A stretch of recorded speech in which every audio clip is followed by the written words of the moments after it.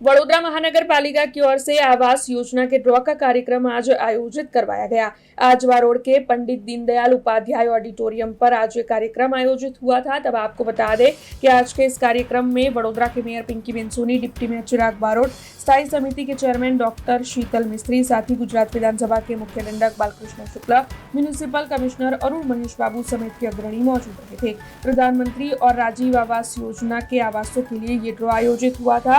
तब वडोदरा शहर के बील, भाईली, सेवासी, अटलादरा और कलाली आवास योजना का ये ड्रॉ था। तकरीबन 2709 नए और खाली मकान और 7 जितनी दुकानों के कंप्यूटराइज्ड सिस्टम ड्रॉ का आयोजन करवाया गया था। ऐसे में आपको बता दें कि वहां पर बड़ी तादाद में लाभार्थी मौजूद रहे थे और इस दौरान आवास योजना के मकानों को सही तरीके से मेंटेन करने पर जोर दिया गया था। तो वहीं लाभार्थी अपने जो मकान है वो दूसरों को किराए पर ना दे, इस बात पर भी जोर दिया गया था। इस दौरान वहां पर मौजूद अग्रणियों की ओर से लाभार्थियों को आवास योजना के ड्रॉ के तहत कई बातें भी समझाई गई थी।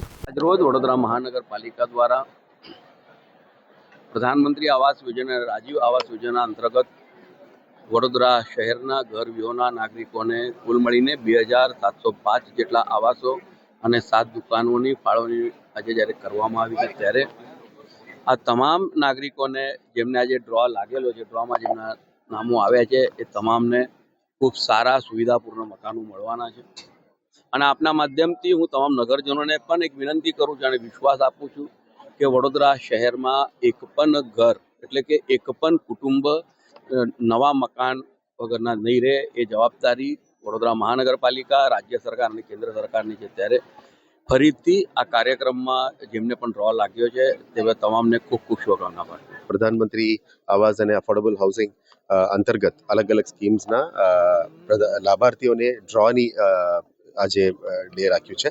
આ ડ્રો થયા પછી લગભગ 2700 લોકો માટે અત્યારે ફાળવણીનું લિસ્ટ તૈયાર થઈ રહ્યા છે।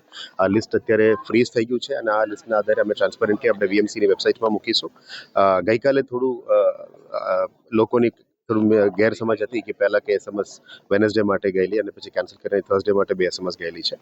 એના માટે ફ્રોમ પીએમએવાય ટીમે એ લોકો પ્રતિક્રિયા પણ આપી છે। પણ અમે આશા રાખીએ છીએ કે આજથી જ જે પ્રક્રિયા છે આટલા લોકોની ડ્રો થઈ જાય, ફ્રીઝ થઈ જાય। આવનારા દિવસોમાં એક કાર્યક્રમમાં આનું પણ એલોકેશન, હાઉસ એલોકેશન પણ કરી આપીશું। અને જે આપ જાણો છો 5,70,000ની આજુબાજુ મકાનો અત્યાર સુધી આપી ચૂક્યા છે વડોદરામાં। આવનારા દિવસોમાં આ વર્ષમાં એક સાથે પણ 30,000 મકાનો અમે લેવાની ટાર્ગેટમાં લીધેલા છે।